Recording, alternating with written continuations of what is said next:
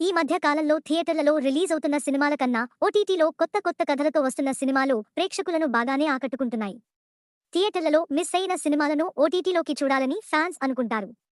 అదే విధంగా ఓటీటీలో స్ట్రీమింగ్కు వచ్చిన సినిమాలను మిస్ అవ్వకుండా చూస్తారు. ఎప్పుడు సినిమాలు రిలీజ్ అవుతుంటాయి, వారానికి 30 పైగా సినిమాలు ప్రేక్షకులకు అందుబాటులోకి వస్తున్నాయి. ఇక హారర్ థ్రిల్లర్ మూవీలకు అయితే ఇక చెప్పనక్కర్లేదు. ఇంట్లోనే కూర్చొని ఎంజాయ్ చేసేస్తున్నారు. హారర్ థ్రిల్లర్ సినిమాలకు ఇక్కడ డిమాండ్ ఎక్కువే. ఇప్పుడు తాజాగా మరో కొత్త మూవీ ఓటీటీలోకి స్ట్రీమింగ్కు వచ్చేసింది. ఆ మూవీ ఏంటో స్ట్రీమింగ్ ఎక్కడో ఒకసారి చూసేద్దాం. కోలీవుడ్ థ్రిల్లర్ మూవీ నిరంగల్ 3 విభిన్నమైన ప్రయోగంగా తమిళ ప్రేక్షకుల్ని మెప్పించింది. డిఫరెంట్ కాన్సెప్ట్తో తెరకెక్కిన ఈ మూవీ థియేటర్లలో కాకుండా ఓటీటీలో రిలీజ్ చేస్తున్నారని తెలుస్తుంది. డిసెంబర్ 20 నుంచి ప్రముఖ ఓటీటీ సంస్థ ఆహా తమిళ్ ఓటీటీలో నిరంగల్ 3 మూవీ స్ట్రీమింగ్ అవుతోంది. తమిళంతో పాటు అదే రోజు నుంచి తెలుగులోనూ ఆహా ఓటీటీలో ఈ మూవీ రిలీజ్ కానున్నట్లు తెలుస్తుంది. నిరంగల్ 3 సినిమాలో అమ్ము అభిరామి ఓ కీలక పాత్రలో కనిపించింది. ఈ సినిమాకు జేక్స్ బిజోయ్ మ్యూజిక్ అందించాడు.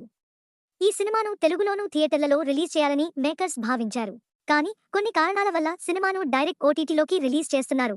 ఈ మూవీ స్టోరీ విషయానికొస్తే సరికొత్త కాన్సెప్ట్తో వచ్చిన నిరంగల్ 3 మూవీలో అథర్వ మురళి, శరత్ కుమార్, రెహమాన్ కీలక పాత్రల్లో నటించారు. ఈ మూవీ స్టోరీ ముగ్గురి జీవితాల చుట్టూ తిరుగుతుంది. వాళ్ళు పెట్టుకున్న సిద్ధాంతాలు, నమ్మకాలు దూరం అవుతాయి. ఆ పరిస్థితి ఎందుకొచ్చింది అన్నదే అనే కాన్సెప్ట్తో నిరంగల్ 3 మూవీ తెరకెక్కింది.